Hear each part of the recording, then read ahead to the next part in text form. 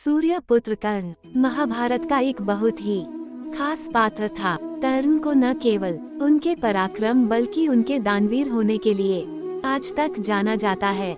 जय श्री कृष्णा, राधे राधे।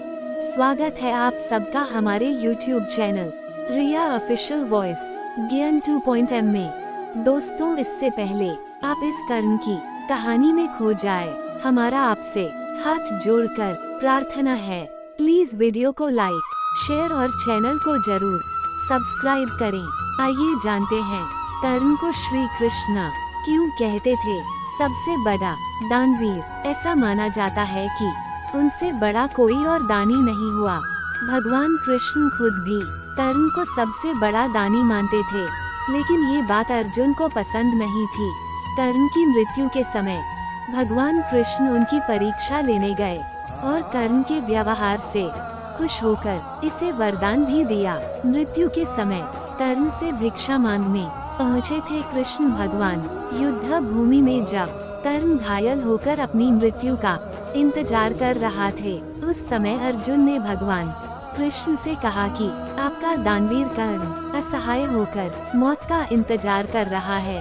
इस पर श्री कृष्ण ने कहा कि कर्ण को उसकी वीरता और दानवीर होने के लिए हमेशा याद किया जाएगा। इस बात को सुनकर अर्जुन बोले कि वो सबसे बड़ा दानवीर कैसे हो सकता है। इस बात को साबित करने के लिए कृष्ण भगवान ब्राह्मण के भेष में पहुँचे और कर्ण को प्रणाम किया। इस पर कर्ण ने उनसे वहां आने का कारण पूछा, तो ब्राह्मण ने बताया कि मैं आपसे कुछ दान मांगने आया था, लेकिन आपकी हालत देखकर अब कुछ नहीं मांगना चाहता, क्योंकि आप इस हालत में क्या दे सकेंगे।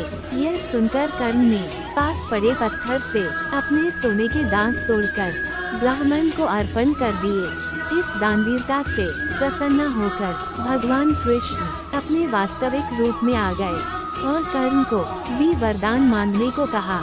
कर्ण ने मांगे थे 3 वरदान।